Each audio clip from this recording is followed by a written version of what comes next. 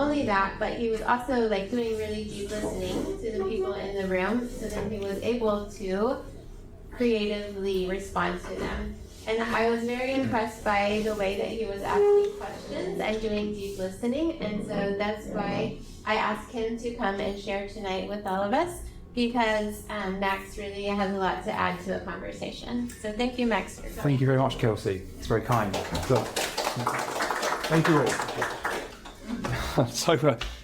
Thank you all for coming. My name is Max Chegwyn, and I am a shadow work coach. And as Kelsey said, I'm also trained in personality type. These are very related subjects. We're going to be delving mostly into shadow work today, as you can see. I'm also the founder of a brand called Make It Conscious. So that's a YouTube channel, coaching resource. I do self-study programs and things like that, all around depth psychology and idealist philosophy.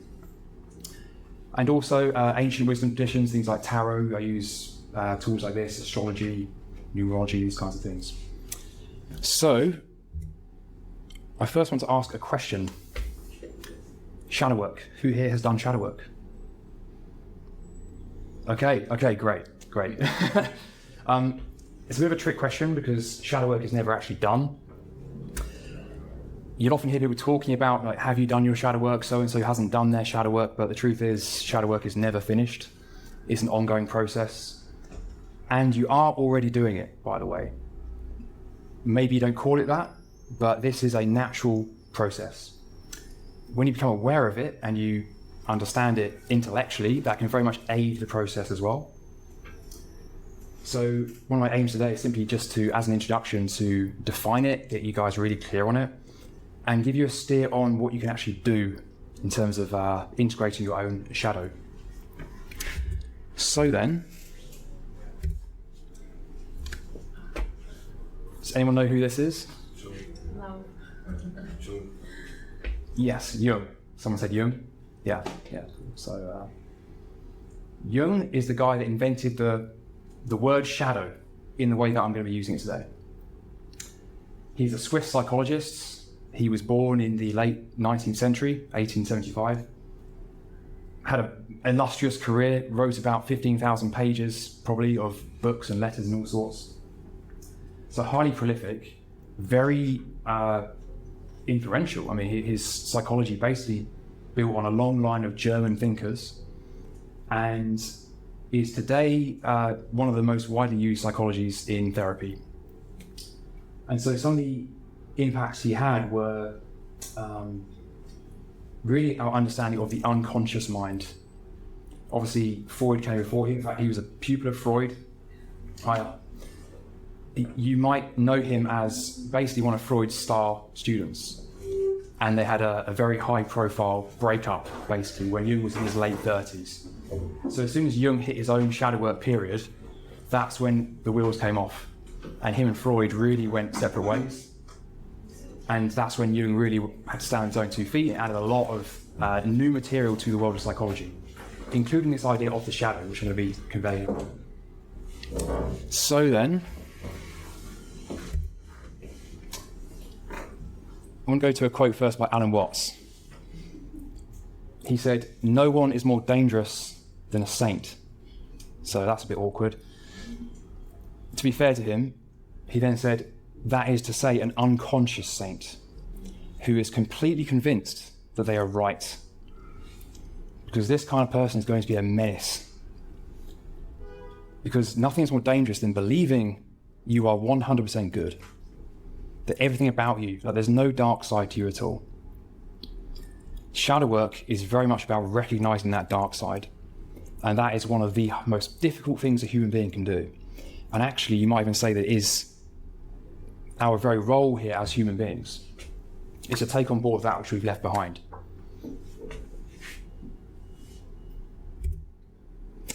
So another question then. What is something that doesn't have a dark side? The sun. The sun? God. The sun emits light. Shadow. Every shadow we experience comes from a source of light. Sure, but it's our shadow, not the sun's. Well, it's the sun's shadow. When it hits an object, it creates a shadow. So I agree with you as far as the sun itself doesn't have, if you just take the sun in isolation, but the sun is actually part of everything else it connects to, right? So the sun exists in a universe. It has things orbiting it, and it all casts a shadow, right? So, but that's a very good response. It has spots. It has spots, it has sunspots, yeah. Thinking about it a bit differently, the sun has a life cycle. And so the sun is born at some point. The sun will probably, I'm not really an astronomer, but from what I understand, some stars at the end of their life. Yeah, it can become a black hole. It can become a red giant. It can become very, very sparse and huge, and then it can collapse on itself. And then it becomes a black hole, exactly. So. Enlightened monk. An enlightened monk? Yeah. Oh. When they meditate or something, they go in. Oh, I like this subject. Yeah. Do you know any enlightened monks?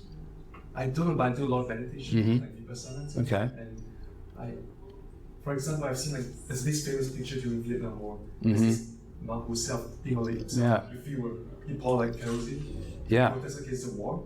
That's in the 70s basically. And he didn't feel anything. He was just really calm. He's meditating. You've probably seen this picture. Yeah, in Saigon. Yeah. In Saigon, exactly. Chegwyn. I don't know the name of the monk, but Yeah, he was yeah. really calm. If any of you listen to Rage Against the Machine, he was the guy on the front cover of the first album. Yeah, so story has it he doused himself in petrol in the middle of the street, and another monk lit a fuse, and he just sat there, and, well, completely stoic, no reaction, just died. Does he have a dark side? I don't know, but I think meditation could kind of get more into self-awareness, probably into your self-conscious, and then probably can reveal your dark side to you. It's revealing by itself. Yeah. Well, meditation is one of the tools for shadow work.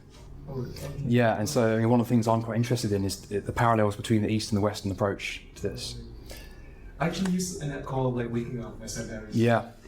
I use it every day. Yeah, good one. Yeah. Actually, in reception there's a term of sankara, which is very similar to the shadow in terms of Jungian understanding. And when you remove all the sankaras, if you become enlightened, then you don't exist anymore in this world, so you don't have shadow. Until then, I think that you still have some kind of sankaras or shadow. So, okay, as we're on topic, the idea of enlightenment, symbolically it's true, right?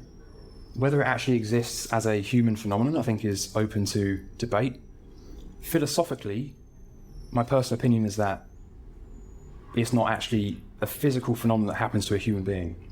Because as long as you're alive as a human being, hey Katie, as long as you're alive as a human being, you're engaging with the world, you're engaged in an exchange. And that's a dialectic. When we have a conversation, it's actually not just me talking to you, you're talking to me, and we're both exchanging ideas and energy, and that means we are both transformed through that procedure. It's like, as Carl Jung said, it's like a chemical reaction. Both people come away transformed. And so if the idea is that I just come in and just tell you guys what shadow work is, that's not shadow work. That's me trying to just impose myself upon you. Truth is, this is as valuable for me as it is for any one of you, right? So the idea of enlightenment is it's like an individual who no longer has to engage because there's nothing left to uncover. And that implies, from the perspective of psychology, that they've made everything conscious in their own mind. Now, the Jungian approach doesn't really agree with that entirely. When we talk about integration, yes, that means we're becoming conscious of something we weren't conscious of before, something in ourselves. Whether it's a feeling, whether it's a trait, an ability, whether it's a belief, whether it's a pattern, whether it's an archetype. Maybe you've heard of the word archetype. We can all recognize an archetype. That's the very definition of an archetype. It's something that we can all recognize across cultures, whether it's a mother figure, whether it's a father figure, whether it's an enlightened sage type figure or medicine man, something like this. But the thing is, we don't fully integrate an archetype. Just like you don't become your wife, right? You have a relationship with them. And it's quite a key difference. And so to be enlightened,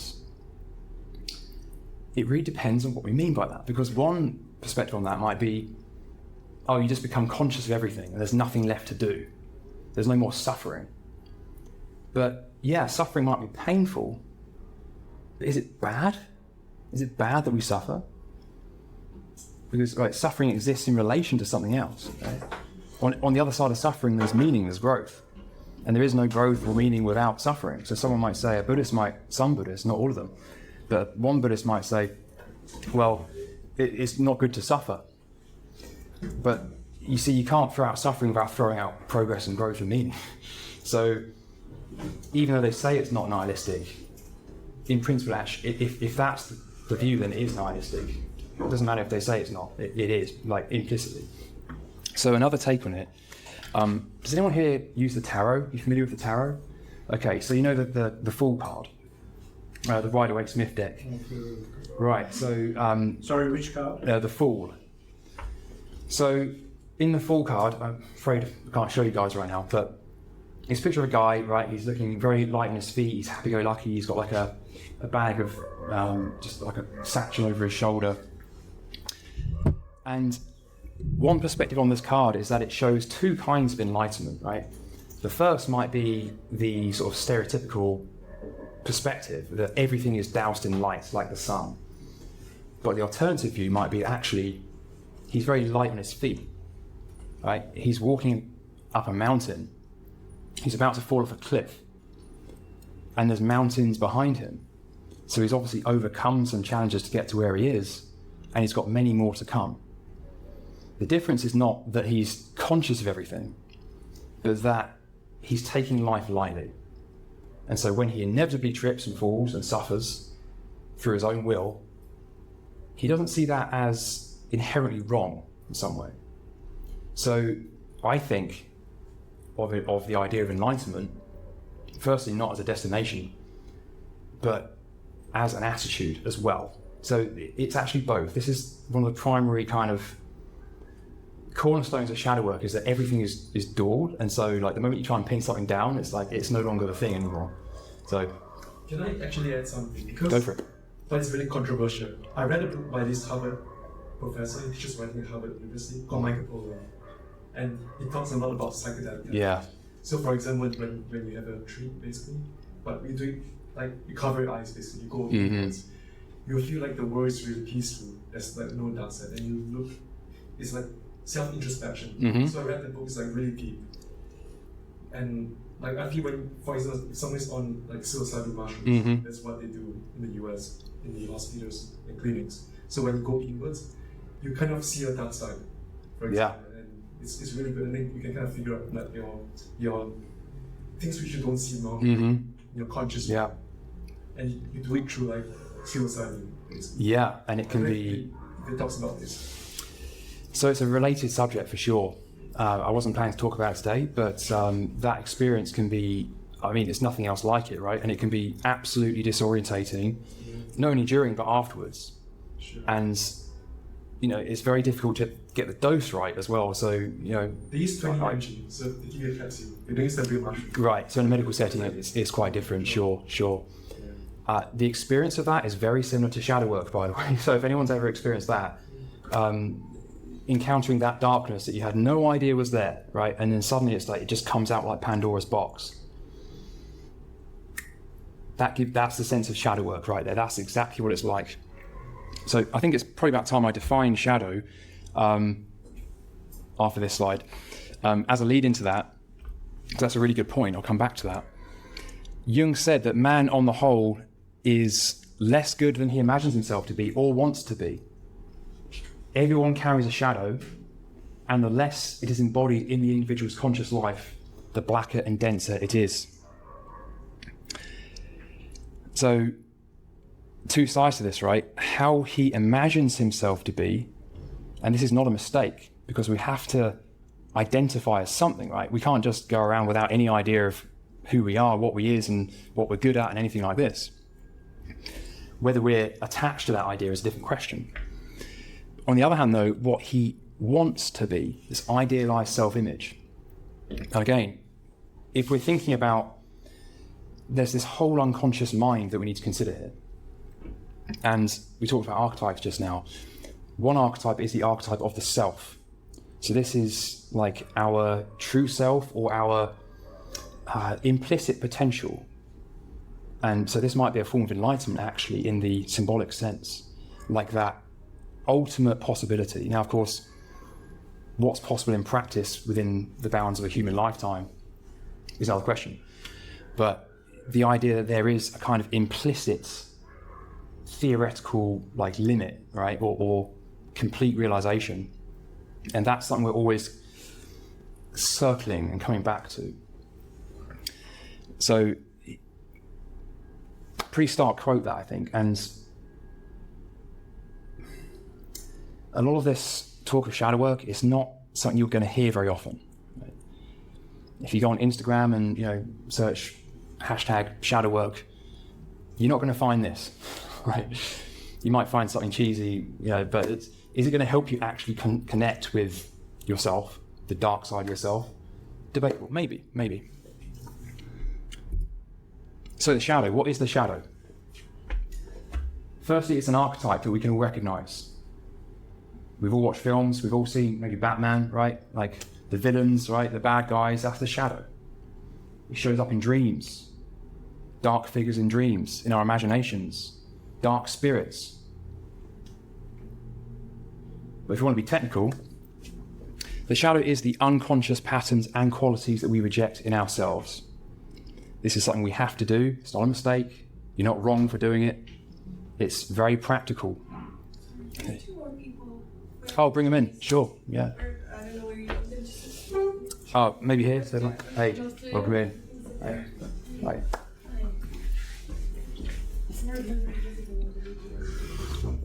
Oh, just to let you guys know, we are actually recording this as well.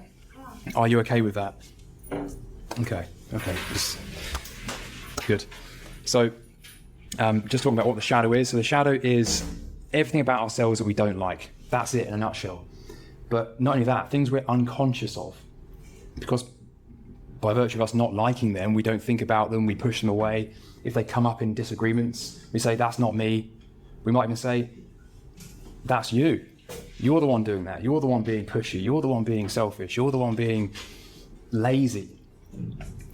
So it's not only the bad parts, right? But it's also everything that hangs off of those as well. So that's another really key thing to bear in mind in shadow work, because, okay, let's say you're being selfish. That's bad, right? Is it? Okay. Is there a good side to that as well? Mm-hmm. Everything has a dark side, right? So everything has a light side as well. It's not about being selfish per se. It's not about suffering per se, right? It's about what else that means. If we don't want to be seen as selfish, then we might struggle to practice legitimate self-care. And that's absolutely vital. And so, right, we end up serving everyone else, right? People-pleasing is one of the most common ways it shows up. The person who wants to identify as helpful and being very people-pleasing doesn't want to be seen as selfish. But the great irony is that when that's pushed too far, and the only tool they have to turn up to any situation is, I'm going to please everyone, what happens? It becomes completely selfish, right? It becomes its opposite. So by engaging the other side, not only are they confronting that shadow, that dark, selfish side, which they don't want to be, that maybe they are being unconsciously, because they don't want to look at it, and so it's just kind of having its way. It's imposing itself on the ego, on the conscious mind, forcing itself to the surface, and they're not seeing it. And so by confronting that, they can actually then also practice legitimate self-care. Can I just give an example of how this extreme becomes, like trying to please people, how it becomes selfish? How does... Okay, so I want to do everything I can to help you, right? So that I can be seen as helpful. So I start making you tea, I start, maybe our parents do this to us, try and get us to go to the right school, get us to work hard, all this stuff. It's all for our own interests, right? But in the end, it also is about them meeting an idea of themselves. The idea of someone who has a smart child or a successful child.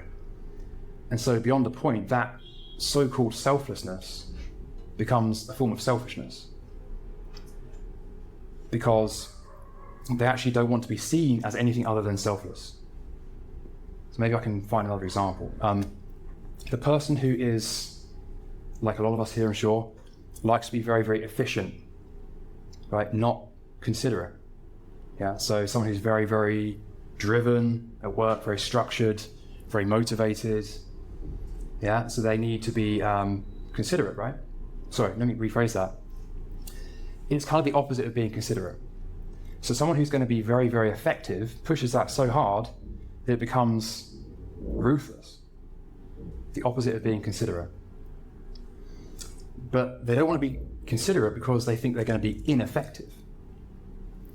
But when they push that effectiveness so hard, it becomes ruthlessness. It's actually no longer effective. Because people don't want to work with them. People don't like them. They start missing certain non-tangible things that matter. They're so obsessed with making the number go up that they forget that actually they've got to deliver value, like real felt value on the ground. They forget how to have a good time. And what's the point of being effective if you can't have a good time? So it becomes completely one-sided. And so it's a good question, because you can experiment with this and keep thinking all these different examples. And actually I have some later slides we can look at. So for me, an example of that might be say being self-first, do something for others, make a cup of tea, maybe go out for dinner with them, but you forget you've actually got to put food in your own mouth. Do you know what I mean? You're so busy trying to feed other people, you lose focus of the actual purpose and reason for yes. what you're doing. Thank you, that's a really key point. Because you can't actually care for others unless you're also caring for yourself. But for a lot of folks who are raised to be very, very compliant and looking after other people, the moment they start to even hint like they're looking after themselves, all that shadow material starts to come up. And to someone who doesn't have that problem, it might look irrational, but it's far from it, because we're talking about energy here. We're talking about the energy in their own mind. We're talking about the psychic tension in their own mind. So it's going to bring up all kinds of feelings, all kinds of repressed emotions and tension. And that's no joke. They might be physically unable to do it at first. So yeah, thank you for that point. So I've talked about the shadow as an archetype. It exists basically to challenge us. That's just the whole point. Can I just interrupt? Because the last part, what you're trying to say, we shouldn't repress our emotions, isn't it? If we repress our emotions, it's really bad for ourselves. Well, is that the point you're making earlier? It's not necessarily bad to repress emotions. Really? Oh, okay. Not all the time, no.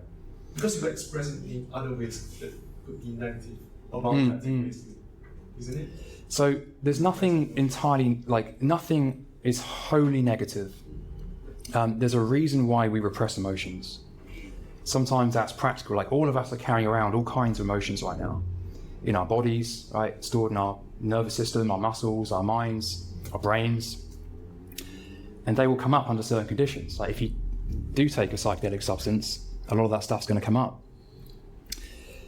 However, there comes a point where certain acts of repression start to do more harm than good.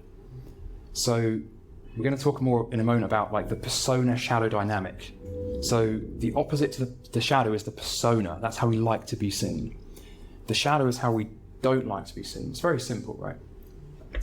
But we kind of have to hang out with an idea of ourselves to a point. And so a lot of this stuff is formed in childhood, unconsciously. Some people think even before we're born, some of this is actually bioenergetically transmitted through some mechanism. But certainly the first few years of life, a lot of it is, I say unconscious, I mean unstated. The unstated expectations from our parents and our society. And we just don't question it, right? It's that's how we think we have to be.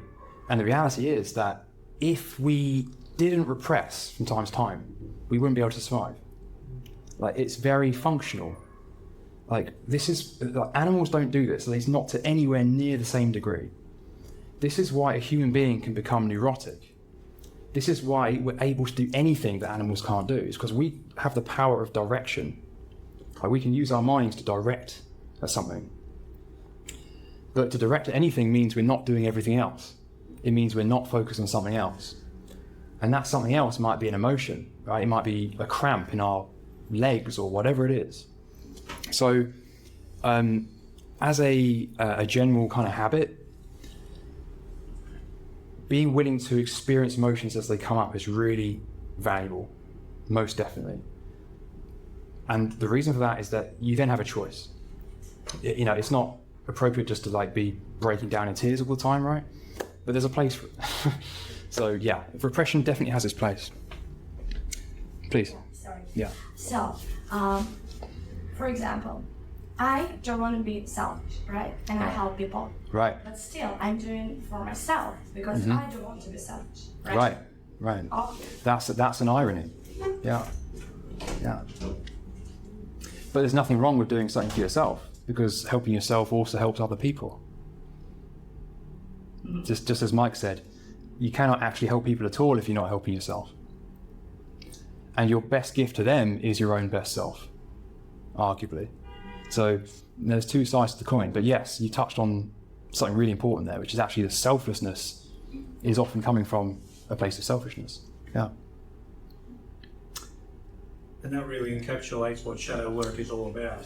Right. Being able to recognise, I think this is what you're saying, Yeah. is being able to recognise these parts of yourself that kind of are hidden until you see them, and then you realise, well, that's where I think I'm doing something good, but I'm actually not doing it for their good, I'm actually really doing it for my good. I mean, say someone's like a people pleaser, like you think you're going out of your way to help other people and do something, but really it's ultimately about you. So it's not necessarily entirely about yourself. Like it may well have started in a good place, but when it comes down to it, you're forced to make a choice, because especially as you get a bit older, especially as you start entering that midlife phase, which is really a psychological stage, by the way, it's not an age, life sort of throws you a choice. And that choice is usually, can you do what's genuinely right for everyone involved? Or do you just keep acting out the same old pattern? Because that pattern may well have worked early on, but at some point along the line, the world is gonna call that into question. So yeah. But what do you mean by doing it right? Well, that's the middle way. Yeah, there is no one right way that I can say, okay, it's not this way, it's that way. And that's actually the point, right? Shadow work is about understanding that there's two sides to everything. So it's about acceptance. It's about acceptance, yeah. Yeah, it's about acceptance of the opposite to how the shadow, the opposite to how you've always done things. Yeah. Just to clarify it, so it's not necessarily that you are being a people pleaser, so you should be selfish. It's more of like you shouldn't reject your selfish half fully. You should sometimes be selfish, but still to function. You learn to people please. You still should sometimes people please. Yeah, it's about accepting both sides, and so you're no longer coming at anything with just a one-sided approach, because that people-pleasing nature may well have served you really well, like for years. And there may have been the occasional tension, but you might not have noticed it as a problem or as a symptom of the people-pleasing. But at some point, life's going to throw you a challenge. It's like, my people-pleasing isn't working anymore. It's actually creating more problems than it's helping. So yeah, it's like, it's basically like you've got two ingredients, right? And you're kind of mixing them together, and you need to know which amount to use. Like, it's not the same every day, and there is no like one size fits all answer to take you through. I hope that makes sense. Yeah. So there is no like right way that I can pin down in a word or a formula or anything like that, and that's actually the point. Okay. James Hollis, Jungian analyst, said that the functional definition of the shadow is that which renders us uncomfortable in confronting in ourselves. Pretty straightforward, right? I think it's a pretty good theoretical definition too. So shadow work then is about consciously re-engaging with what we've left out. So like, we're kind of doing this every day, right, on some level. I mean, like when we get up in the morning, right? That's like we're going out to do something in the world, and we go back to bed at night. That's kind of analogous to shadow work in a way. It's like we don't really want to, right? We want to keep going about our day. Perhaps there's a lot of momentum there, but at some point, we actually have to re-engage with another side of ourselves. We come home, we shut the door, we shut out the world, right? We watch a film, we meditate, go to bed, whatever it is. So already that's, I wouldn't say it's like full-on shadow work, but it's a kind of ebb and flow that is actually the same principle. So the process itself unfolds as first identifying. So think about it. Okay, what is my shadow? There's various tools I'm going to share that actually help you think about it, pin it down, confront it. Okay, yes, that is part of me. I can be selfish. I can be inconsiderate. I can be performative, right? And I can do all of these things whilst pretending it's about something else, right? I can post a video on Instagram of me, lifting weights and say, hey, this is how you lift this weight or something. And it's like, yeah, that's not really why you're posting it though, is it, right? That's exactly what we're talking about. Accepting, saying, yes, this is part of me, and integrating. And integrating means to become conscious. And that involves an energetic exchange. So as I've said here, it's the resolution of inner conflict. That's what it's all about. It's about resolution of inner conflict. There's one part of us that wants to be one way. There's another part of us that wants or needs to be another way. And for a large part of our lives, maybe they can coexist to some extent. But at some point along the line, they're going to clash. And the world's going to split in half. Right? We're going to meet people who represent our shadow, probably in the world. We're going to find selfish people everywhere, right? And they may well be selfish. It's not saying they're not. Or at least that they're behaving that way, because everyone can be, right? But that's going to force us to confront it. And so one of the primary qualities you need to do this work is empathy. Right? It's the willingness to meet with the world and connect with it. Now, I don't mean simply just feeling what others feel, because, well, how would that work, right? You feel what you feel, right, when you meet someone. But empathy also means that when someone behaves a way that you don't like, you question it. You say, okay, is this happening to me? Yeah, maybe, right? Maybe I am suffering because of this person I'm meeting and what they're doing. But is it also reflecting something in myself? And now, I don't know if any of you can relate to this, but if you meet someone who's behaving a way that you don't like, or maybe you had a real problem with it in the past, right? Maybe this person is behaving arrogantly or selfishly, whatever it is, and it doesn't really bother you anymore. Like you've kind of moved on from it. You still see it, but it doesn't bother you anymore, right? That suggests a degree of shadow work. Now, it might still bother you if it's harmful to you, right? If they're actually imposing on you and interfering with your freedom in some way. But the fact is that you've understood the harm that does. And so when other people do harmful things in the world, it shows us, okay, maybe that's how I don't want to be, right? But not from a place of repression or pushing away, but from a place of understanding. Because when it happens, you see the result, you feel the result. And so empathy is not only for other people, but it's also for yourself. It's a willingness to feel what you feel, right? This is the repression point, right? If you have empathy for yourself, it means actually you're willing to feel what you feel. And that is where shadow work is done. Because there's two sides to it, right? So there's the actual understanding, so like insight on one hand, yes, but also thinking about it. Maybe even mapping it out, literally saying, okay, this is what's in my shadow. Thinking about it, talking about it, writing about it. That's one half of the equation. The other half is facing up to feeling. How does it feel to be that? How does it feel to be judged as selfish, right? Inconsiderate, lazy, whatever it might be. And when you go deep with this, it really starts to throw up some things you're like, wow, I didn't know that was there. Or you can be halfway through a coaching session and suddenly you're crying, like, what's going on here? The very idea that my parents might see me as lazy, like, whoa, where'd that come from, right? This is the magic of shadow work. So really key now, what shadow work is not. I know that a lot of you are into Joe Dispenza. Okay, fine. I don't know much about him myself. But what I will say is it's not a procedure for manifestation. However, now here's the twist. Undergoing shadow work does give you more control over your own life. The reason is that you're not self-sabotaging unconsciously. So if all you're trying to do is manifest positive thinking only, right, it has a dark side. Okay, say you want that house, that holiday, whatever it might be, that partner, okay, fine. How do you know that's what you really want, right? We've all been in relationships probably that well, maybe not all of us, relationships that we ended up leaving, right? But most people here have probably had a relationship that ended. It doesn't mean it was wrong or bad, but what it did mean is that maybe at the time, you weren't seeing it fully. There was something that drew you to it that was unconscious. Then something became conscious and it ended. That's one reason a relationship can end. So by engaging the shadow, it's not about not being creative. It's not about no longer living a creative life.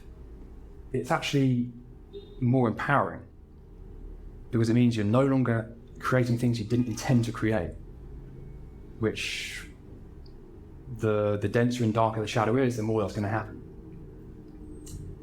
Secondly, it's not a weapon. It's not a tool of defense. It's not a means of escape. I mean, it can be useful if someone is trying to, gaslight you or something like this, or drag you into a power dynamic, which happens a lot. But if you're doing it for that reason, and a lot of folks do, then it's not shadow work. It's actually doubling down on an egocentric way of living and calling it something else. It's a disguise. Same thing, it's not a compensation, it's not a coping mechanism. It involves facing up to feeling, sure, but a coping mechanism would imply that it's a way to avoid feeling. It's the opposite of that, it's about going deep. And lastly, it's not a form of entertainment. I mean, it can be enjoyable, right? But generally speaking, it's going to be tough. It might be one of the toughest things you've ever done. Maybe even by definition. Because the shadow is the very thing you've left behind from your very character. Everything you hold dear about yourself has to be called into question. The more you hold dear to an idea of yourself, the more of a shadow there is, the more brittle that self becomes. It's very scary, right? Everything you thought about yourself. Doesn't mean it's wrong. There's always truth in it. There's truth in everything, right? But it may not be absolutely true. Okay.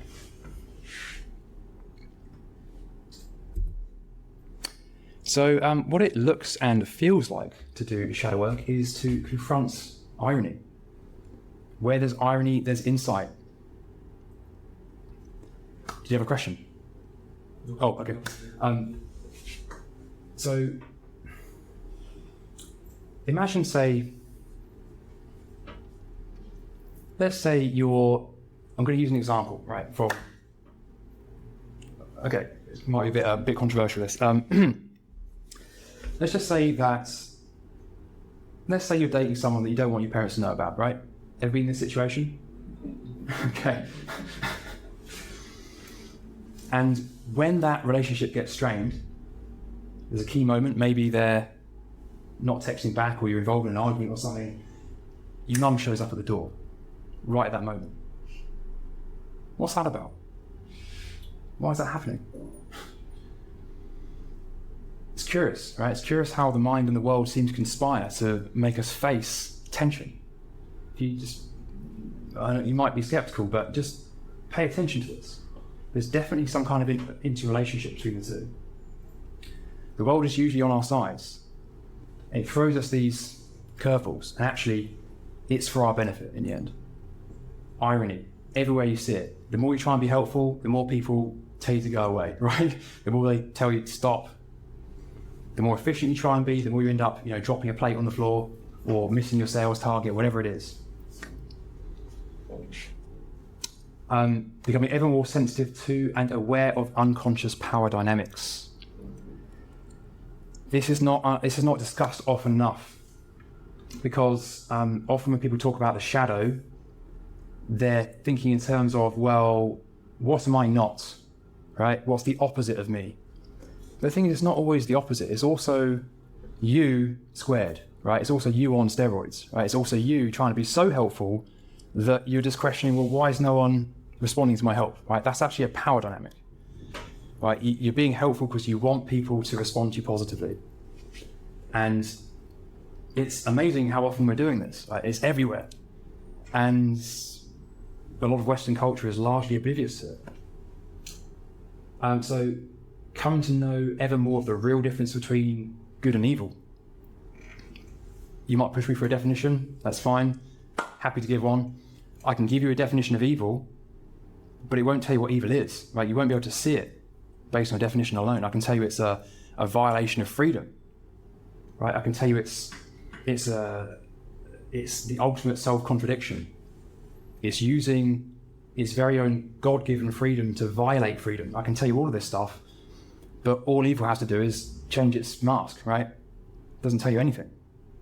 But with shadow work, when you really encounter it in yourself and in the world, then you know. You don't need to think about it. You just see it. It's just clear.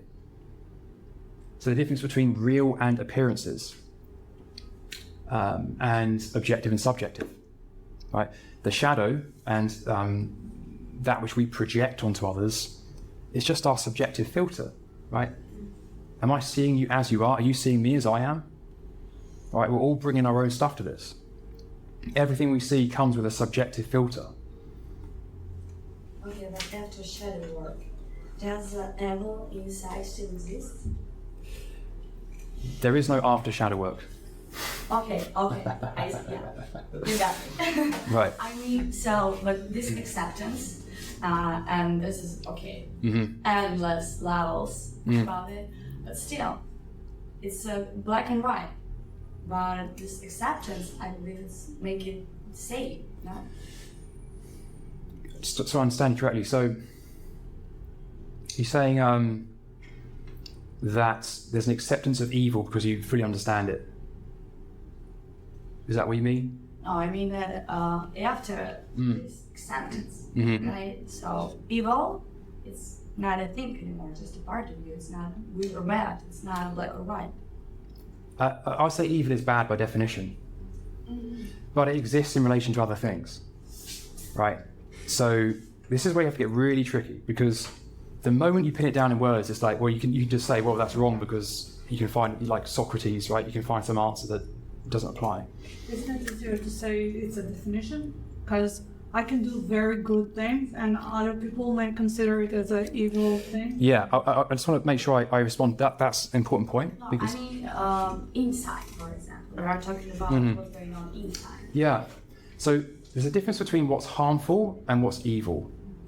There's a difference between also what you don't like and what's evil. And this is precisely what shadow work gets at.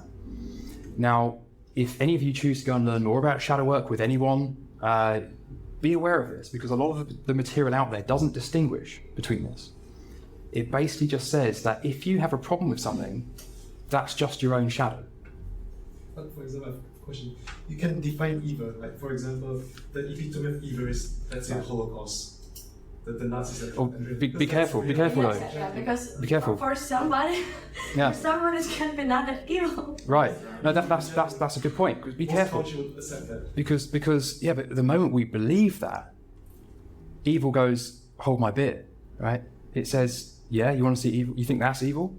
I'll show you evil. However, if you believe evil doesn't exist, let's take the other extreme. I've had people say this to me, evil doesn't exist. I think evil is just something that you don't like. It's just something that goes against what you think is good. It's just something that gets in your way. And others, the other side of the sort of evil doesn't exist curve might say, okay, so people do bad things, people do harmful things, but they do it because they've had a bad childhood, right? There's a lack of love, they've got mental problems, they can't get themselves out of a hole. It may all be true, but they deny the free will. And you've got to ask, well, why would someone want to deny the role of free will? Why would someone want to deny the responsibility that's involved in that? So either way, the denial of evil leads to the flagrant and blatant expression of evil in our world, to the point where you kind of go, whoa, okay, I guess I can't deny that evil exists. Like, what more would it take? And if someone sees something like that and still says, yeah, I don't think it's evil, I think it's just, I think it's just someone doesn't like it. And Hitler was okay, like, it's just people just projected their own shadow onto him. That's all it was. It's like, well, yeah, but then you haven't removed the problem of evil. Like, you just said, you just projected your own evil onto Hitler. But in general, like genocide, it's considered evil. Right. In any culture, because it depends on each relative. If you're during the Second World War, you're being like exterminated, and like for example in Bosnia, I was there like 20 years ago. The Muslims are being killed by the Serbs. You can see that. Yeah. It's just like it's pure evil. Yeah. Yeah. Like there's no other. If someone kills someone out of anger, could be like there's like plausibility, for example. But when a group kills someone like ruthlessly, and I'm from Singapore. In the Second War, the Japanese commit genocide against the Chinese in Singapore. Yeah. They beheaded them, so that's like classic definition of evil. My grandma told me a story. She saw that and it was just horrible. Yeah. But they don't see that way. I mean, when the army came in, they don't see that. Just like the Nazis. Yeah. Committed the genocide. And often these things, like Westerners don't even know about half the genocides that occur, right? Unless they look for it. Exactly. And I'm very sorry to hear that. You have to hear about that, and your family went through that. And unfortunately, it's until we acknowledge the reality of evil and see it for what it is, it doesn't mean we have to go seek it out. It's not about doing evil, and neither is it about going and seeking it out, but being willing to see it when it's there and understand it and call it for what it is. That's the key. I think even that is difficult, like what's absolute evil. For example, hadn't there been COVID epidemics or wars, what would be the population on the earth like? What would be with the resources like? Might have been even worse. Yeah. And so, yeah. But for example, Hitler believed what he was doing. He was completely convinced that what he was doing was good. He was doing for Yeah. good, right? Yeah. So, who's to say what's evil, right? So as I said, it's a definition. Yeah, who's to say what's evil? Is it merely a subjective thing? Is it merely our opinions? Well, thankfully, there's a lot of very good philosophy on this from about 200 years ago that answers that exact point. But one thing I will say is that Hitler, very curiously, any INFJs in the room? Sorry? Personality type INFJs? No? Okay. Hitler was ostensibly an INFJ personality type, which you might think of as someone who's like very open, very caring, like cares about those around them, right? Likes to have harmony amongst the people around them, and like anything can be twisted, right? It's precisely that made him so devilish. And hey, he was a painter. He was very, very concerned with like cleanliness. These are things that there's a light side to them, but you see a prime example there of where it's been taken to such a distorted and like demonic degree, where it's like, okay, well, let's just quote unquote, clean the whole world then to how we want it to be. So I just want to your point. You know about Hitler? Go on. Hitler basically like making an exception for a Jewish doctor. He did, yeah, because And that's insane because he tried to kill all the Jews, but he saved his mum, yeah. Yeah. So that's the good that's ties on what I was going to say, because who's to say what's evil? Evil is self-contradictory. It doesn't need you to tell it it's evil. Evil destroys itself because it contradicts itself. Good doesn't do that. So how do we come to know the real difference between good and evil if we don't, if it's subjective? So it's like, how does that relate to shadow work in this case? Like, because we're talking about like evil that is, like what's evil to us might not be evil to like, let's say like tribes, somewhere in Africa, somewhere like that don't have like this civilization, like the same society norms. So let's say evil is subjective. We realize that, but how does it how does it apply to shadow work, and what we come to how do we come to know the difference? Like, well, isn't it subjective? The perception of evil is subjective, but there's also an objective component to it as well. So what we think, say like an undisclosed Amazonian tribe might do, maybe they engage in cannibalism or human sacrifice, we might judge that as evil. Is it evil? It's definitely harmful. Yeah, I think to kill another human being, the vast majority of the time, is an evil thing to do. Because what right does a human being have to take the life away from another human being? In the vast majority of situations. Now, I'm not going to stand here and give exceptions, but I will say that anything held absolutely, whether it's your persona, whether it's a belief in what evil and good are, will be called into question eventually. That's shadow work.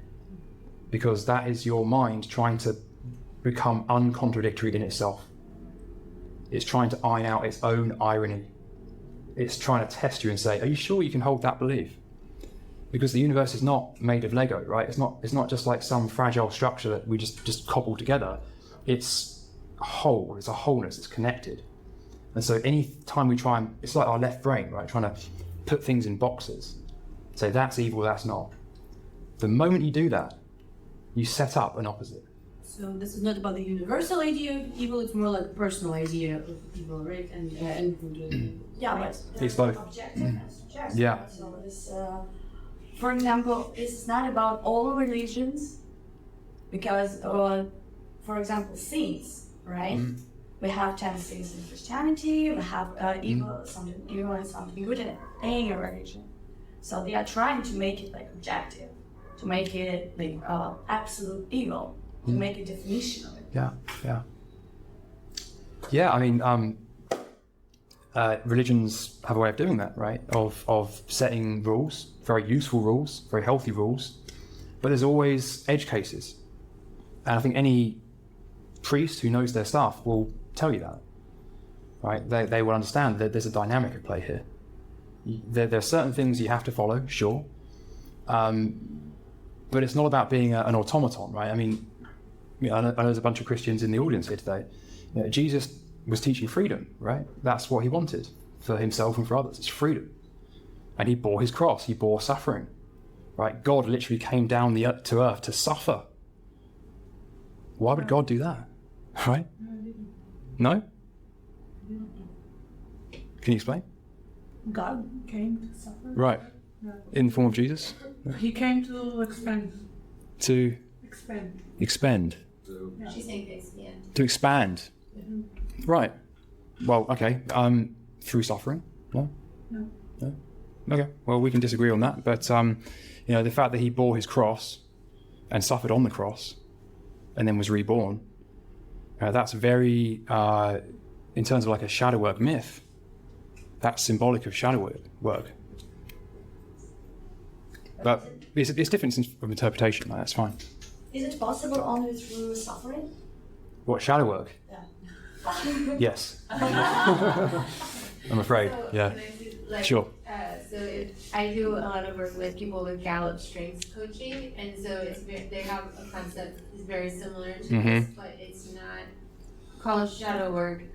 They call it like they used to call it like the balcony in the basement, and then they renamed it something, so I forget what the name is. But basically it's like for every positive aspect about our personality, there is like an alternative, Right. like Exactly. other side. And it's kind of, I know, like as a girl growing up, I was always like the bossy girl who like took charge. So if you say, oh, you're someone who takes charge, okay, maybe the negative side is you're a bossy person. Right. Like, Right. so Exactly. I can see, but then sometimes when like I see how you are approaching this idea of a shadow of our personality, but to then somehow I think that we have all kind of got stuck when we are now approaching good and evil.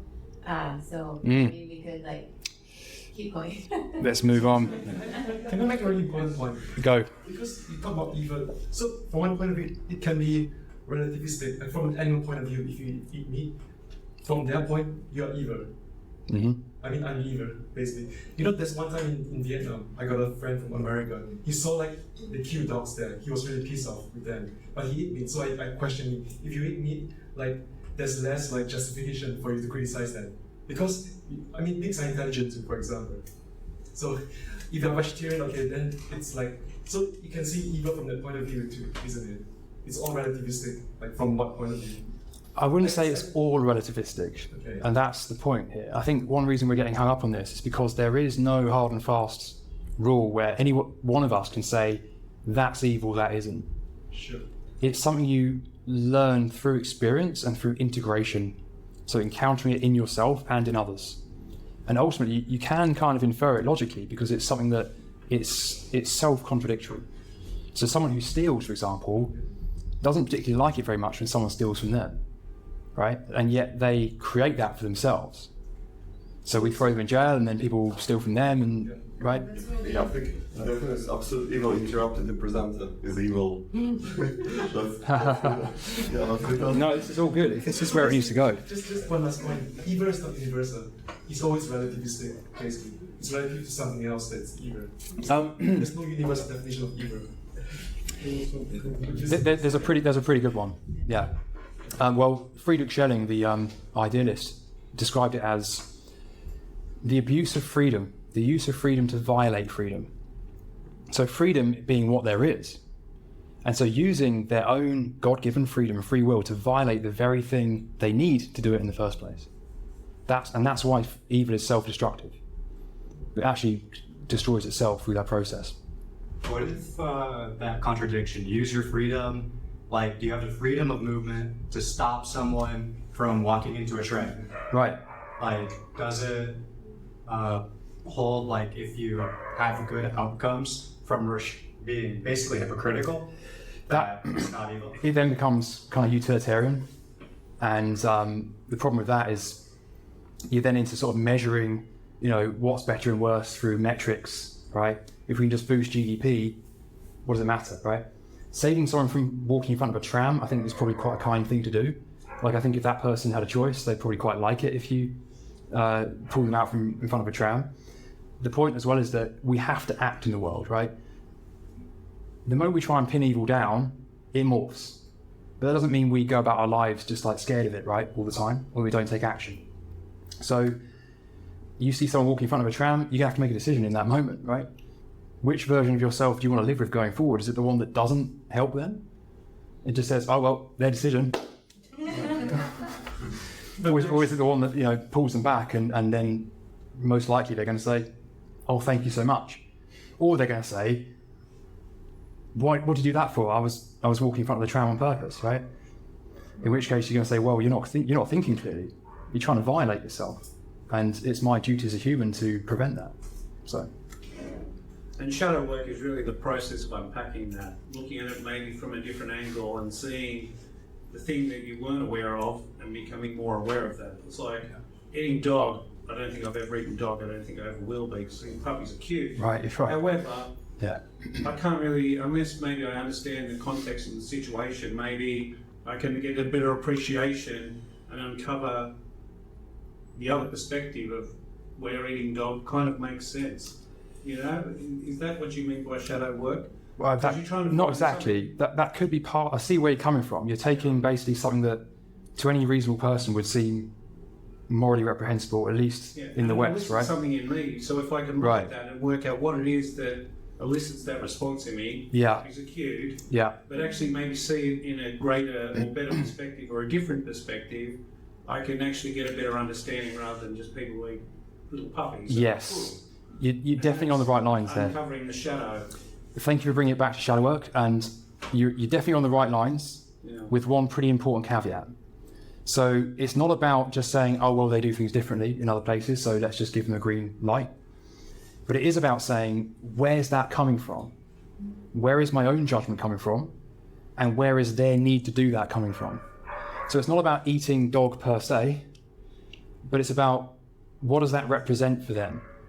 And where is that coming from, right? There's light and dark expressions of everything. And so in just the same way as ruthlessness and efficiency are kind of a light and dark form of the same thing, right? Maybe in some symbolic way, I'm going to be talking about symbols as well, because symbolism is a huge part of this. And working with the unconscious mind. So it's not about like, oh, okay, yeah, I can be, ruthless sometimes. It's a lot deeper than that. It's like, what's ruthlessness, right? What's that? It's a word, okay? So what does that actually represent in me? What is that, for want of a better word, what is the energy that represents? And that's just not something you can pin down in the word. So the words are useful, they're ways of getting to it, but they're not the things in themselves. And most of us here come from Western culture where we tend to be very left-brained. And so it's really about loosening our grip on that a little bit, like not being so obsessed with labels and words and numbers, but what does it actually represent? Okay. So I want to talk a bit about the persona-shadow dynamic. This is a very simple way of thinking about shadow work. We all have a persona, probably many of them, different masks that we wear. The persona and the shadow, they're opposite, right? That's one way to think about it. It's really simple. If you want to be seen as kind, that's your persona. You don't want to be seen as unkind. It's dead simple. Does anyone want to think of an example? Anyone put their hand up to? Sure. Maybe we can use the same example that was shared before, because I think it's a way better example than like bigger philosophical, evil, good type of examples. Like when you said about people pleasing, like the opposite of people pleasing is not being kind to yourself. For me, it's being manipulative. Like you're a people pleaser, so with your actions, you don't let the person choose their own reaction, but you act in a way that you control how they behave. It's your comfort zone reaction. So for this kind of person, like it will be really hard to look at their manipulative behavior or thinking of it as a manipulative behavior. They will never look at it. So that's for that person will be suffering to look at their very kind, like, helping people kind of behavior. That's why think of it as manipulative. Psychotic people are very confusing because they're mimicking a lot of feelings that are not feeling. So this is what we see, but we need to remember that there is a balance between these both. two. Yeah, and I think, Tamara, you asked like what happens after I know. So I'm a people pleaser, but suddenly I know that it's very manipulative behavior. What happens? I take a second before I act and think, why am I doing it? And for me, that's a win. Like, you're not doing it automatically. You're not bringing these chairs and bringing water to someone, but you're like, why do I want to do this? Oh, actually, I don't really care about this person. I don't want their validation. Whatever. And like that is such a huge, like it's a millisecond thought, or pause rather than a thought. But for me, that's what shadow brain works. Like you pause. You don't proceed like automatically. You don't proceed to action automatically. Well, I think this is not a great example, but I had a thought, but is there actually the opposite? Because maybe there are different opposites. Because in your case, it's manipulative. In someone else's case, maybe they lack like love from their parents. So it's specific to each person. Specific. There's no like opposite. They're not self. How do you call it? Like aware. No, it can be one and the other at the same time. Like I had horrible parents. I had very strict parents, let's say, and I have to be people pleaser so that this person whom I don't do water doesn't turn into the same crazy mother that I had. Like they are not. I want to like just contradictory. They're not contradictory. They complement each other. I just want to delineate something you said here. So you said the opposite of people pleasing is manipulative. So not always. So I think it's important to make a distinction here between what is the excess and what is the opposite. So, and you can think about it however you like. That's totally fine. Just to be like really like particular about it. In terms of like Jungian psychology, the way it might be thought about is that the people-pleasing comes from a place of just wanting people to kind of feel good, right? Like bringing everyone together, being in harmony. Sure, great, nothing wrong with that. Take that too far and that can become manipulative. So I actually call that the power position. I have a term for that. The opposite of that would be like, I don't really care what people are doing, right? I just care about what matters to me. I care about like logical correctness. Because like logical correctness can sometimes clash with people having their needs met. Like these things are kind of antithetical. So, but that is a kind of shadow, right? It's the dark side of the very thing that you're showing up with. So it's like the dark persona, another way of thinking about it. It's the dark side of something good. Right? There's no light without shadow, as we discussed.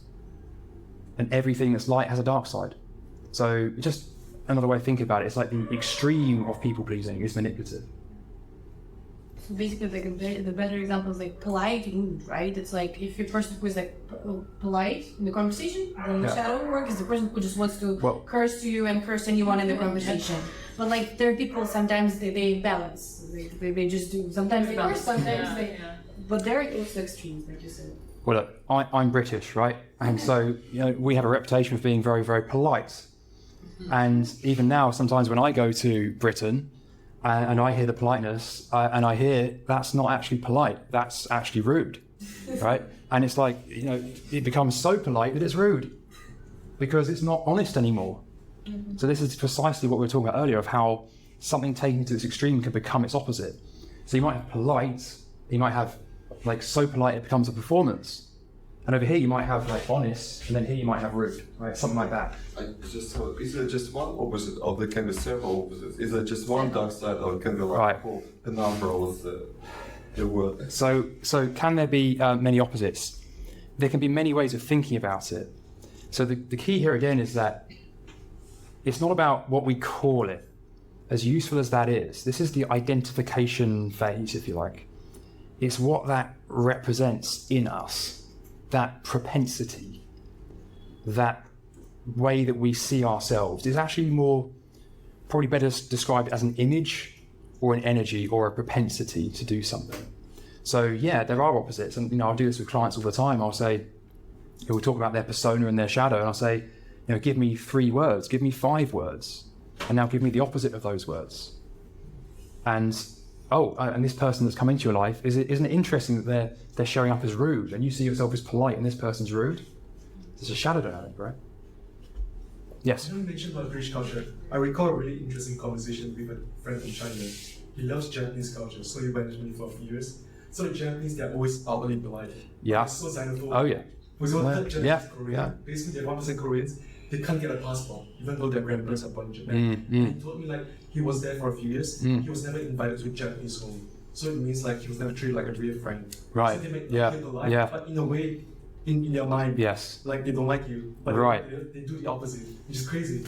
Because they're not being like genuine. Right. Their own feeling. I think the word the correct word to say is being authentic, because if you're not authentic with yourself, you won't inspire the other person to act like it. So I think authentic is the word that you're all Looking for. Yeah, totally. It's all about authenticity, right? What is authenticity? That's Right. Well, there's the appearance of authenticity, and then there's real authenticity, right? Which is whatever's unique to you. It's you becoming non-contradictory in yourself. So the example that you just gave is a great example of irony, great example of contradiction, right? I'm being polite explicitly, I'm being rude implicitly. We have a lot in our culture, Iranian, Persian.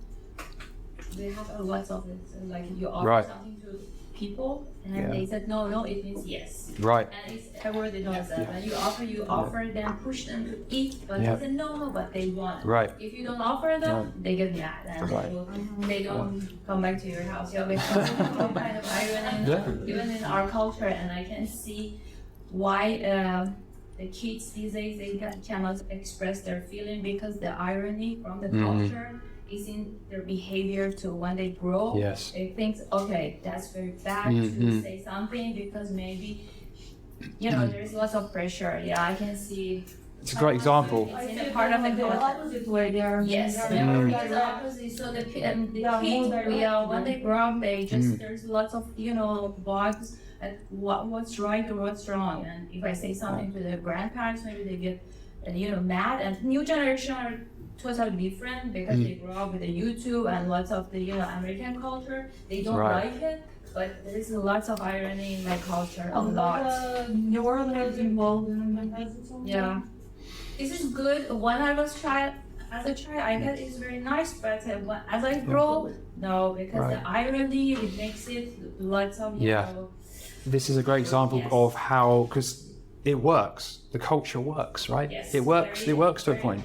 So in some ways, like the culture is like the culture is like a cultural persona in some ways. Exactly. It's exactly the same thing. It's a persona operating on a cultural level, and it works most of the time until something changes, and the world is changing all the time, and suddenly the irony is exposed. Real quick though, because everyone understands in the culture what's being said, right? Like in the southern US, if someone says, bless your heart, they're telling you to go F yourself. But everyone understands it, so there's no hiding it. Like it's not the shadow. They fully understand what they're saying to you. And if you're there, they expect you to understand it. So this is more of just a cultural I don't know what to call it, persona and shadow dichotomy, because everyone understands. It's just when you're outside of the culture, or you're at, you're like the board of the culture, right? Like your younger generation that deals with people that always deal this way, and then maybe like the West or whatever other cultural influences, like that you might get confused, but they're not confused telling you to like, when they're being indirect, they're just being indirect. Yeah, but those are codes of behaving in Yes. So it it's a code. becomes a problem in the later in their life. Well, and I think the different way of looking at it is not just like persona and shadow, but saying like persona and then the living out. Like, because we're all saying like every single person, every single culture, every single generation is gonna live out like the shadow aspect of their personality slightly different. And so there is no like the opposite of this is this. It's like, okay, the opposite of this, how does that appear? How does it work itself out for you, for where you're from your generation, for your time?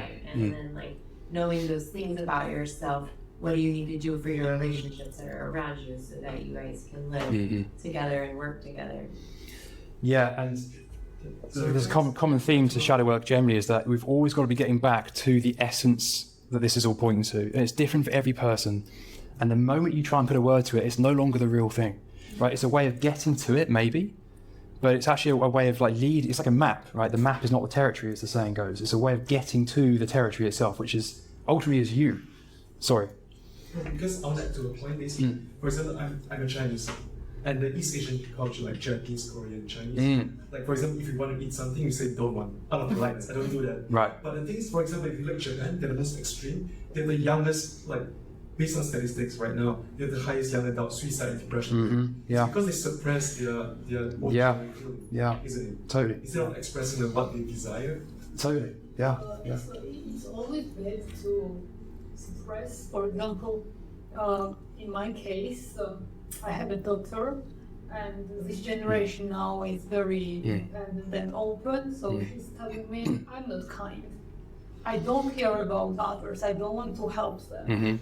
And my reaction was, oh, that's very bad, and I tried to bring the persona from her real identity. Then it got me thinking, is it bad that I'm doing this because I want them to be caring and kind, which is, I think, helpful. Right. I want them genuinely to become. So, is it always bad to suppress the real, cruel, not caring, or some traits from the childhood?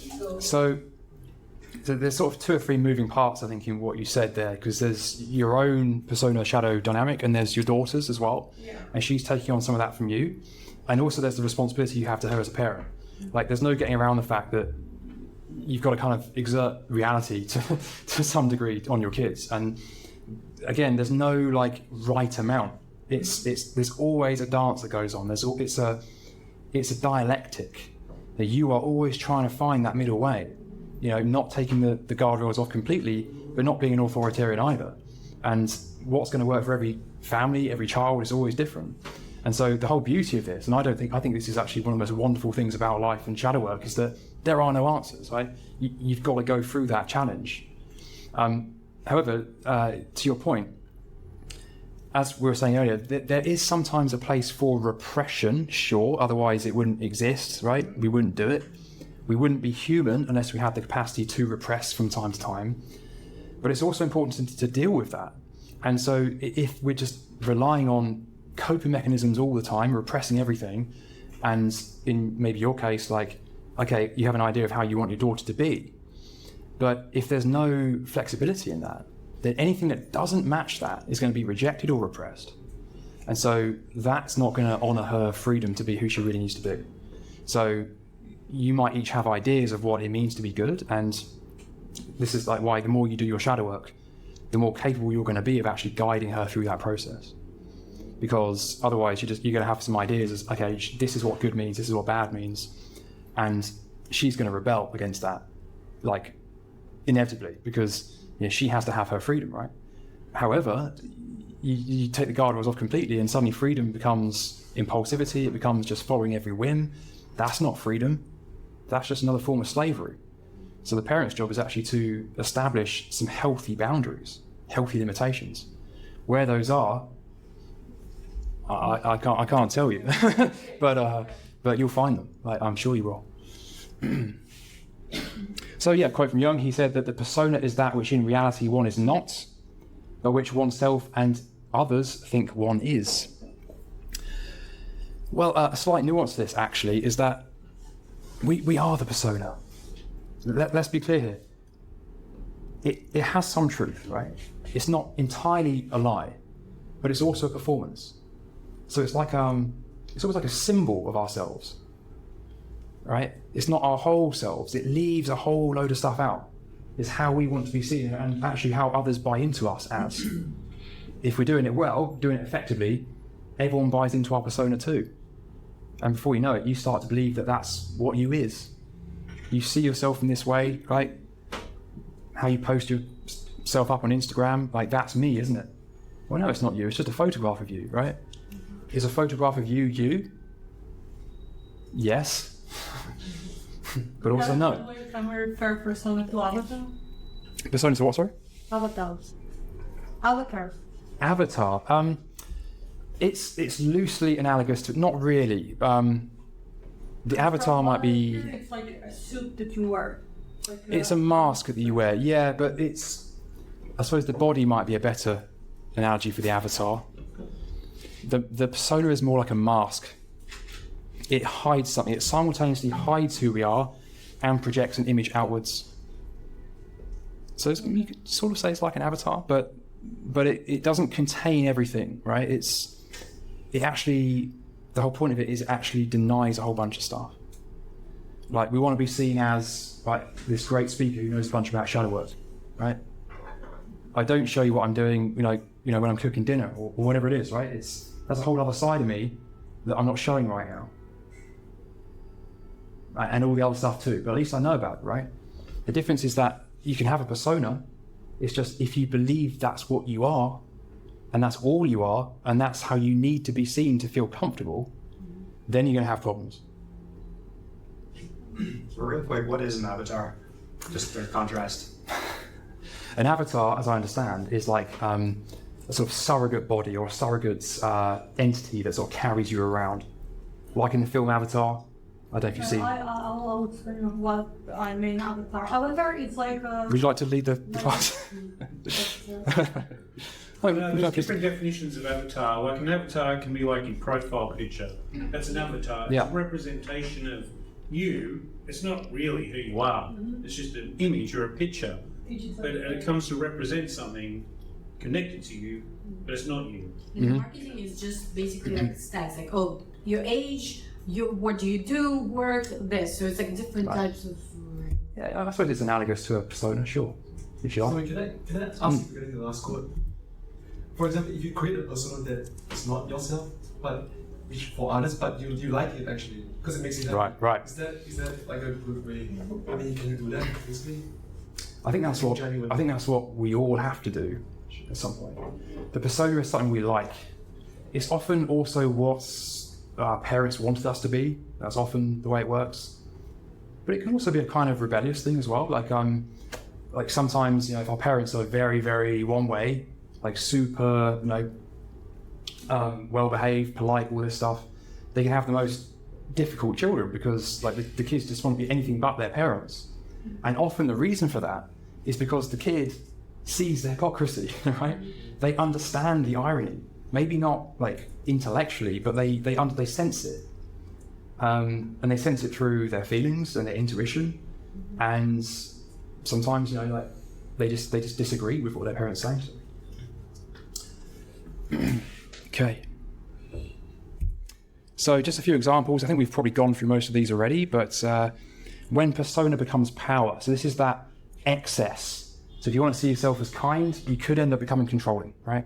Reliable, inflexible. Polite, passive-aggressive. Or soft, right? Unable to stand up for yourself. Logical, might become cold or ruthless. Spiritually advanced. whatever that means, right? Dogmatic, superior. Now I know everything, right? So all of these perfectly good, laudable qualities taken to excess become problematic. And you could call that a kind of shadow. Like some people do refer to that as shadow. However, we've got to split some hairs here because the shadow is also the opposite. If we want to be seen as kind, we don't want to be seen as mean, cruel, or selfish. And so on down the list. Reliable, don't want to be seen as chaotic. Polite, don't want to be seen as ignorant, etc., etc. So I'm just like breaking this down into its constituent parts. Skip that. So we've been having some great discussion today. Another question for you: how many of you have ever felt manipulated by someone who was just trying to help? No one. That's great. Oh, okay. He's poking me. All right. Hope I didn't ruffle any feathers there. I heard something about kindness or selflessness being manipulations. Like, I can bring a small example of my ex-colleague who was always, she told me like she would get extremely angry at another colleague for being a smiley person. Just she was smiling all the time and was trying to be really helpful to everyone, and honestly I've never seen any kinder person. But she would get so angry, she would burst. She was like, I just want to choke her when she does that. And I was like, what's like, you have to really understand why it makes you so annoyed. Like, because it doesn't make me annoyed, it doesn't make literally anyone at the office. If anything, everybody's like, thank you for your kindness. Right. So like, I think this is where the shadow work should start. Maybe. Yeah. This is the conventional shadow work response is, well, she's just projecting her own shadow. The funny thing though, and why she came to me, she asked for my opinion. She also is a very smiley person. She does exactly the same things. And there you have it. See it that there you way. have it. Right. And I'm like, but girl, like, come on, like, you helped everybody yesterday. You're the most smiliest person. That's probably the best example of a shadow projection we've had so far. Yeah, on this talk. like, That's classic. Yeah. She doesn't see it. And again, like when you mentioned suffering, for her it was suffering to accept that she is a smiley person too. Yes. She rejected this idea completely. Yeah. She was like, what do you mean? And I'm like, just record yourself. Like, from the office, I'll record you. And then it actually took her like some videos of me like sneakily taking her like over and just showing it to her. And she's like, wait, what? Yeah. And then something broke, or maybe it's a barrier that broke, and she kind of started accepting, and I don't know, she did start to loosened up. Too. Yeah. So she's doing it and she's not aware of it. she's always doing it, not only. Oh right, always all doing the it. time. Okay. Well, that's and she's not aware that she's doing it, but she doesn't like it in other people. No. So it's okay to like have objections to other people, sure, but if you're then doing that thing yourself, it's like, okay, that's probably a shadow projection. But we don't realise we're doing it. And often the reason we reject it in others is because we're doing it. Did you have a question? Yes. I have a question. If the case is reversed, 1% or 2% in a group, it's annoying like a couple of the people, and they are in the same position that this person is annoying a couple of the people, and how it works. Is that a shadow in all the groups? Because it happened. What you mean if someone's behaved like in this example, someone's doing this and the person who is manipulating the group that he wants to do all the jobs and he left the other parents alone. So it's a one person who is arguing with like 7 or 8, in the group. So is that the shadow in all of us, or is her to, point out like a group? So because we have this issue in my son's school, and she always nagging and today everybody was pissed off at her. So we just want to know, we agree on one thing, and she's there. Is that our shadow, or she's doing something wrong? Because I work on myself to ignore and said, okay, this is her opinion. I'm doing my way, she's doing her way, but the other ladies are so annoying. So I just want to know what kind of. This is very hard. Yeah, usually in a shadow dynamic between two people, there's shadow stuff on both sides, almost invariably. So to your example, like where most of the group don't really have a problem, but one person does. That's clear. Okay, But sometimes even then, it's actually kind of the opposite. It's that the people who don't notice it are completely consumed by their own material. And the one who does notice it has seen it for what it is. It's just they're seeing it clearly. They're not seeing it through the lens of their own shadow. They're seeing it clearly and they're kind of okay with it. It's like, yeah, okay, fine, I see what that is. But that's different from shadow projection. So like classically, yeah, probably she's got her own shadow material she's projecting. In this case, it's more like there's probably shadow on both sides, but I don't know that for sure. Like it's more than 50% likely that that's probably what's going on. And so the way it often works is like two people come together because they mirror each other's material. Right? We're subconsciously attracted to those that hold our shadow. So if we are seeing ourselves as very, very kind, we don't want to acknowledge our mean, cruel and selfish side. But we might be attracted to someone who not only can be cruel sometimes, but actually might be very, very good at just practicing legitimate self-care. We find that very attractive. And it's like, oh, well, I can actually be kind to you and I can give you all you want. I get my needs met. I get to look like this very kind, helpful person. And you get to be this creative, starving artist type, only interested in yourself kind of person as well. And maybe actually we both get something out of that. But at some point, this is going to become extreme and that's going to go off the rails as well. And before you know it, the same people that connected are also going to be clashing for the very same reasons. Does that answer the question? Yeah, because it's when you're in a group and I'm the person that I go for. I just want to learn more and to not, to behave very bad. So when she said something and the groups were, mad at her, I thought maybe I don't know, it's her problem. We have to ignore. We have to work on ourselves. What's that? I think that it needs a longer, deeper discussion to really know. But there's definitely something in it for her. We can say that 100%. Usually if like one person is a problem for everyone, I think that person is a problem. Like usually, like I can walk home, so usually. I don't know. Mate, you could be right, Daria, but I mean like it's in my school and nobody can. Sounds familiar. Her. Whatever everybody does, she's complaining. okay, let's just Yes, exactly. So I should have a question about this scheme. So I'm a bit confused. Like if you drew like a diagram, so there is a person who has this like presumably good qualities, then there is an extreme of those qualities, and then there is a shadow. So it's like shadow of what? Like is it like a double shadow, or like how many the scheme? Right? It's raining and there's clothes. shadow is dual. Everything is dual. Like even duality is dual, right? That's why we have good and evil. Right? That's why everything has a light side. In fact, I'm gonna jump. So this is the diagram I think you're after. So the next slide. Yeah. So basically, when people talk about shadow, it's often not clear what they're actually saying.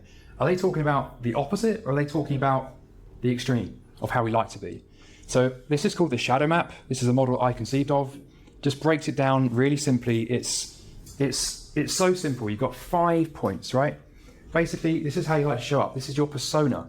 So can we take a picture? Yeah, please do. Yeah. So this could be anything we discussed earlier, right? Let's stick with kindness. I want to be seen as a kind person. Why? Because your parents rewarded you for being kind. They punished you when you weren't kind. They're very caregivers, right? That raised you. Not very nice to be told off by your parents. So you repress that feeling. And so anytime you don't feel that you're that, those feelings start to come up. And so habitually you repress them. Right, I'm a kind person. As Freud said, the ego, which is roughly analogous to this, they're not the same, but they're kind of related. The ego is basically a system of defenses, right? So the kindness is also a defense against that feeling. Doesn't mean it's not real, doesn't mean there isn't genuine kindness there. You've got to do that, it's due as well. But beyond the point, it becomes very defensive. To the point where maybe you have to be so kind that it becomes very dark, right? Kindness taken to its extreme can be terrible. Not just because you end up not looking after yourself, but because you're so intent, and here's the difference, it's not on being kind anymore, it's on being your idea of kind, it's on looking kind. because to you, you think, well, that's what kindness is. That's your idea of kindness. That's your image of kindness. But what's true kindness, right? It's not something you can capture in a word. It's dynamic. It's flexible. It has to adapt to different situations. So if you're just showing up saying, well, I've got this idea of what kindness is, and it's what my mum and dad wanted me to be, that's going to break down at some point. I find that fascinating when you bring parenthood in. Because everybody has an opinion of what kind of parent they want to be, good or bad. Yeah. But actually, I think there's yin and yang to everything. So if someone's trying to be really good and trying to be really nice, and so they give them the laptop, they give them the phone, they give them, you know, child is crying, they give them what they want, because the child wants what they want. That's actually cruel. Yeah. Some other people would say, you have to be cruel to be kind, because kind of hardships for the adult now can bring up, you know, easiness in the future because you have a really good child. So I find that fascinating. Yeah. It's like a moral minefield, because it's like, well, who's to say what is the right amount of challenge for the kid? How far should you push them? How much should you challenge them? And the easiest thing to do to make them just feel better right now might be to, you know, buy them that toy they want, buy them whatever they want every day, and it produces a spoiled child, right? And that child may well muster their own independence at some point. They might work on that, see through that, and get over it, but they might not. So it can actually be harmful. Yeah. So this is very much over here. This is the dark persona. The parent who wants to be kind, right, ends up spoiling their kid and creates all kinds of problems. Maybe the kid even responds by doing the opposite. They react because they see the hypocrisy. They see the irony. And maybe the parent is left with no choice but to react by going to the other end of the extreme over here. So there's just these 5 points here.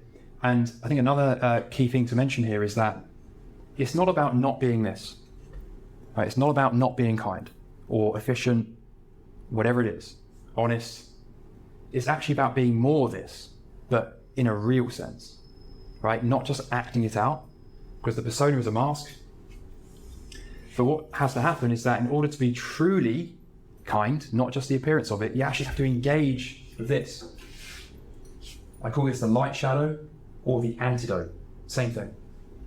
Not the dark shadow. It's not about being selfish and cruel and, you know, just like committing crime and swearing at people. No, it's about what does it mean to practice legitimate self-care or whatever that represents. And so then actually you can become truly kind, right? Because you start to walk that middle way. It's not about like just doing one way or another. It's about finding that synthesis of the two. There's a key word you'll hear a lot, synthesis. Not about compromise. It's not about balance. It's not about a bit of this and a bit of that. No, it's about bringing them together to create something that didn't exist before. That's the true self. It's a third thing that didn't exist before. You can't even imagine it before it becomes realized. You might see it in terms of symbols. It might show up in your dreams as a mandala or as some hero figure or something, or a savior of any kind. But that's just a symbol, right? It represents something that hasn't yet been realized. So, any more questions on the shadow map? No? Okay. Can I? Sure. Is it a good idea to achieve this level of true self? And is it the kind of ace that you want to achieve? Or is it a good idea somehow to have light persona identity to preserve it, and light shadow as well for our kind of home phase and society phase? So let's just bear in mind that this is unconscious. So the moment you make that conscious, it goes here. So the short answer is it's a theoretical aim, but in truth what you're doing is Jung used this word circumambulation. You're actually moving around it. You're trying to capture, you're trying to get to it, trying to realize it. Whether you ever actually get there, we had this conversation right at the start. Like, is this some kind of like enlightenment at the end? But I think the moment you think you're there, you're no longer involved in a dialectic. You're no longer actually doing this process. You just be fixed, which is clearly not self-realization, right? So I think what you're getting at is that yes, you have to blend the two. And you have to be able to call upon both at the right time. But it's not about just like being this and then this, it's about bringing them together. So you can be, so say this is kindness, right? You can be like carefully kind, not just like one-sidedly kind. If this is efficient, you can be efficient, not ruthless, but you can be considerate at the same time. So you can be considerately efficient, right? And that's something that maybe you couldn't even imagine before. What does that even look like? Does that answer the question? Okay. Can I just add on? So you mentioned true self. You know the Maslow hierarchy of this theory. Right at the top is self-actualization. Would you say this is something like self-actualization? Yeah, it's a pretty good analogy. Yeah. The other thing to say here is that this is both the start and the end. Right. So a perfect analogy for this is like a plant or a tree. Think of like an oak tree, right? This is a metaphor that's often come back to in Jungian circles. An acorn is the seed of an oak tree. It's true, right? It contains the oak tree, kind of. It doesn't literally contain an oak tree. It contains an oak tree implicitly. Implicitly. That's exactly what the unconscious does. It's the implicit realm. So this is both the very start, but what's happening here, this is like this unfolding. So every step is something new is coming on board. It's not just going here and staying here. That's when you get narcissism, psychopathy, like it becomes a self-centric ground, like it just rotates itself, it's self-image. It becomes very, very dissonant. It's like a vicious cycle. Yeah, it just becomes completely self-referential. Like everything outside of it is rendered only in terms of this pre-existing self-image that it just cannot let go of. This is when there's so much repressed material that the individual is just like, I just can't allow this to come up. Like, I'd rather die. So, but in an otherwise healthy dialectical individual, this is always happening. And we might have to go through it many times, but every day we're doing this in some respect. But when we talk about the shadow, we're really talking about how this happens on a macro scale, like over the arc of our very lives. So we're kind of always doing this a little bit, but there's going to become like a key moment where you're like, whoa, this way I've been being all this time, this isn't helping me anymore. And there's this whole other way, like people who are very, very logical, that's probably half of you, right? That's me too, right? Being so logical, it's like, well, what does feeling matter, right? Doesn't help me, right? Well, of course, it matters everything. If there wasn't any feeling, there'd be no point even thinking about it, right? So, the very logical person has to bring on board some feeling. Same for the feeling person. They have to do the opposite. But there'll be a major shift at some point, and it's this psychological midlife. Usually kicks in, it varies. It can happen as early as 30. It can happen as late as 60. There's no better or worse. Like you're not doing better if it happens earlier or anything. So yeah, hopefully that answers the question. We've got about 10 minutes left. So any more questions on the shadow map? Okay. But is it important how you have your persona or your masks if you understand true self, who you are and what are you doing and everything? So this mask doesn't important. Is it important or not? Yes. So we know who we are. We have some idea of who we are. It may not be who we really are. There's a whole ocean of material there in the unconscious mind that we might still need to engage with. That's the first thing I want to say to that.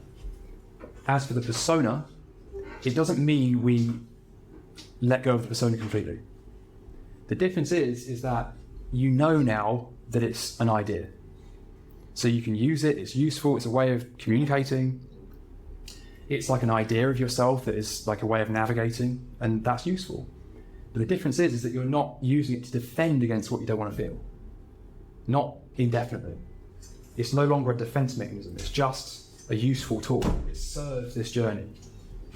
Just like the ego, right? Like in Eastern traditions, the ego often gets quite a bad rap. The ego is just the conscious center of attention. The ego is our self-concept. It's all of these things. It serves a purpose. You wouldn't be able to do anything without one. So yes, you still need it, but not in the same way. It's no longer a defensive structure. Okay. Cool. All right. A few more examples that we've basically talked about this. So yeah, if you want to be seen as rational, take that to excess, you might become cold, dismissive, ruthless. On the other hand, in order to be truly rational, you also have to be a bit caring, right? Because being utterly like Dr. Spock, like so rational that there's nothing else in your mind, that's not considerate.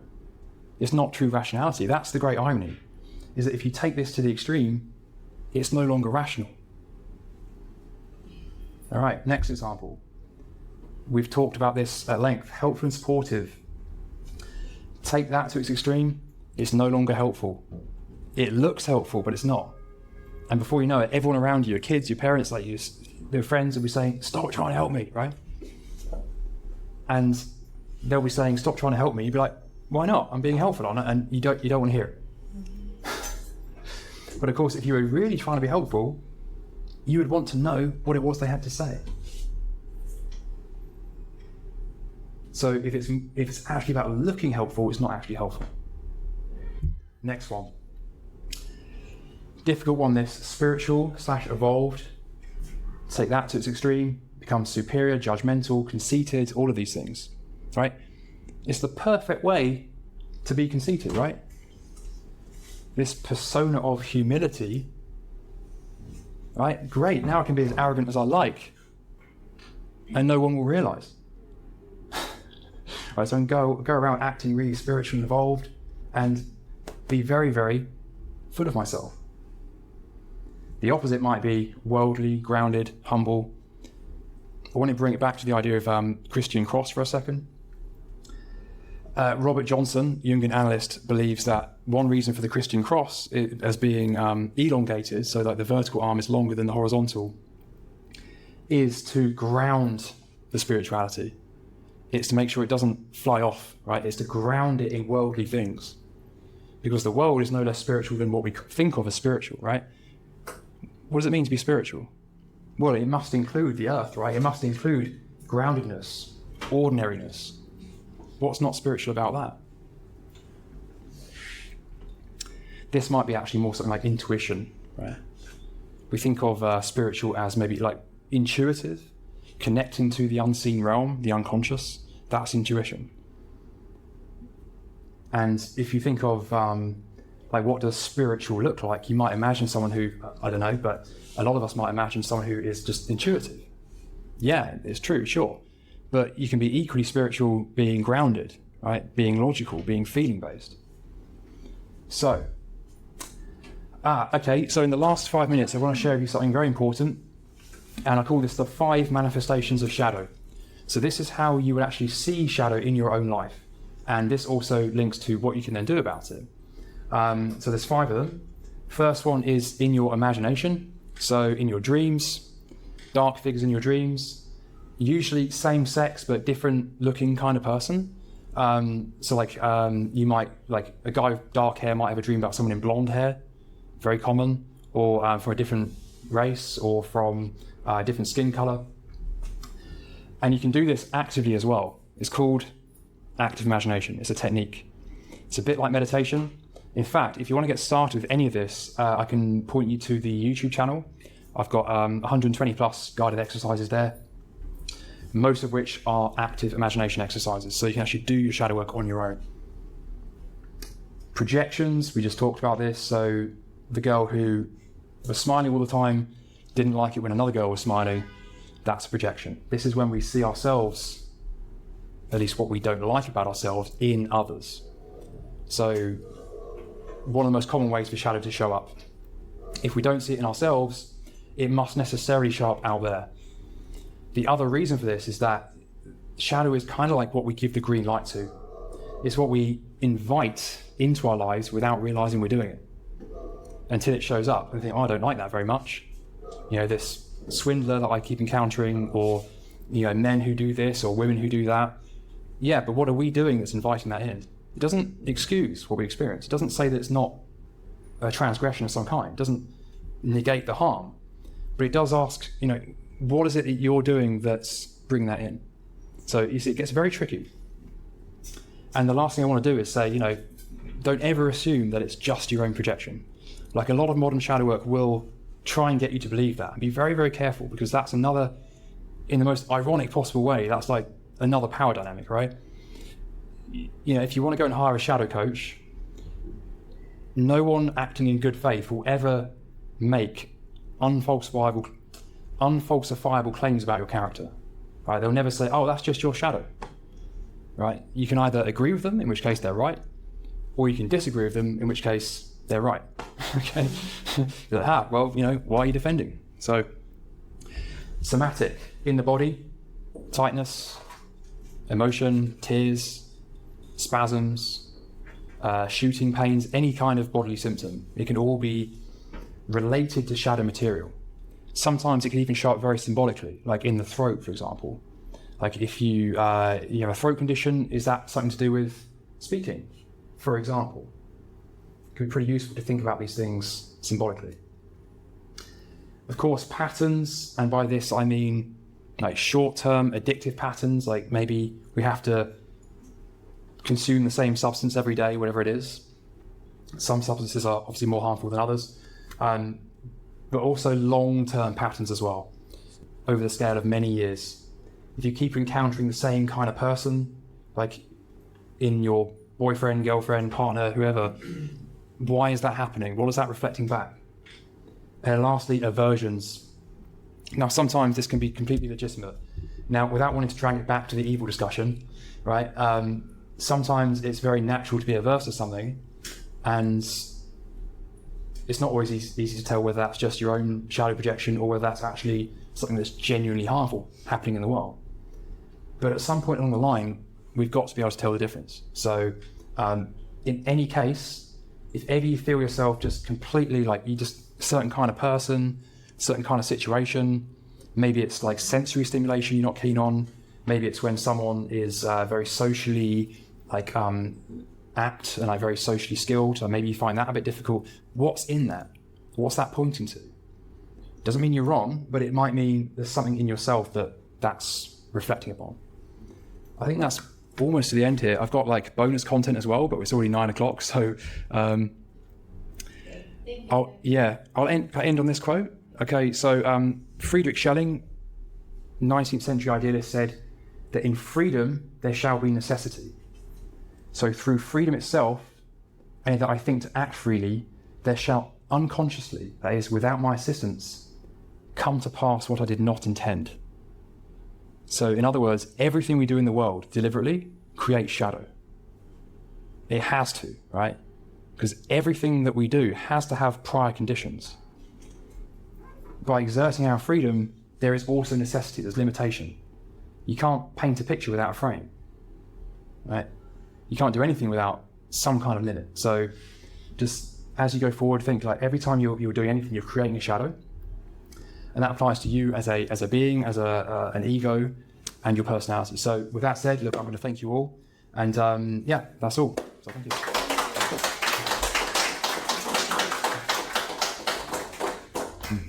You guys, if anyone wants to connect with Max outside of this to work on your shadow work, feel free to ask him or arranging those sessions. If you want to get in touch, I'm on makeitconscious.com, also the YouTube Make It Conscious. You can send me an email. Check out the guided exercises, get started with shadow work. There's loads to this, there's loads of practices. There's also a free ebook that talks about this as well. So if you want something to actually do, I'd recommend checking out the ebook. So again, makeitconscious.com. Just notice your t-shirt says embrace your shadows. That's And we want this to be like a group community, a coaching community. So if you also are like have a specialty that you coach around or work on that you would like to present, please let us know so that you can also present your presentation. Cool. All right. Can we have another presentation like this? Sure. Some full automatic or something. Oh yeah, totally. Yeah, it was brilliant. Yeah. Thank you very much. I'm really glad you appreciate I feel it. like we only touched on the surface, so if you Yeah. want to share a little bit more with us, we will do that. Oh yeah, nice pun by the way. But what do you More mind? to You still have your content there, so. Oh yeah, yeah. Like I say, feel free to email me or social media. Get in touch. And thanks for the Open Door Center. Yes. For your conference.